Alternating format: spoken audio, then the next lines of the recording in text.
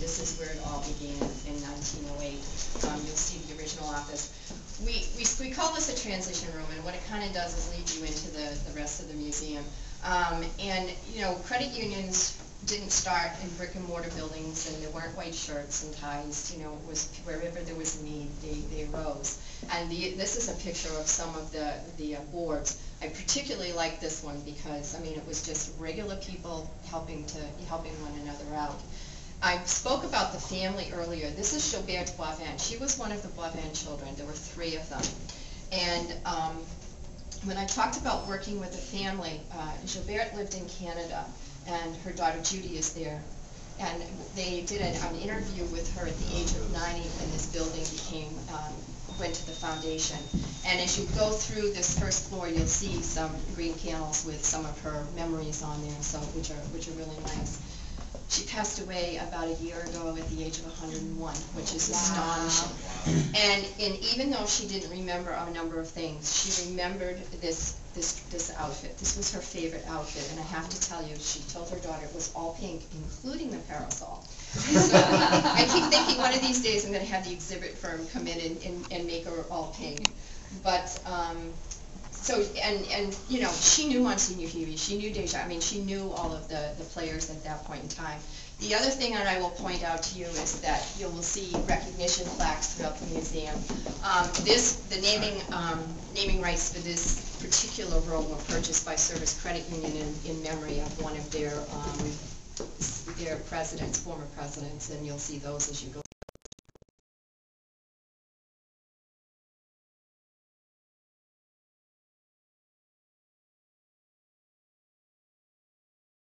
Monsignor Hebe, and as I was telling him, we worked with La Maison de Jardin and Levy, which is in fact the museum that's up there, and they do own his house. And this is on loan from them. This is the original letter that Monsignor Hebe wrote to Desjardins, inviting him to come here and speak with his parishioners, all in French, but all of the accents are done by hand because typewriters didn't have the accents at that point in time. So that's on loan from them. We talk a lot about Filene and Bergengren, and there's a lot more about them on the second floor, and we'll speak to that. This is what we call our video gallery, and it talks about the route, starting in Europe, going to Canada, and then coming to the United States.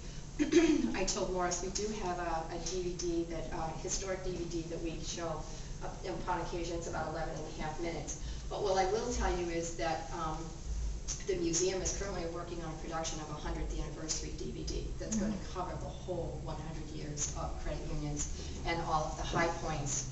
And we're interviewing a number of people, and I'll use Dick Johnson as an example. Dick Johnson's in his 80s and was actually one of the founders and began the corporate movement. And the DVD will probably be, it will give you an overview of credit union history for 100 years and where the leadership thinks it's going. But the other part of it will be, I think, a little bit neat is that you can only get so much of an interview in a DVD without it going hours and hours and hours and having people go to sleep. So what we're doing is we're doing like an extras part of it.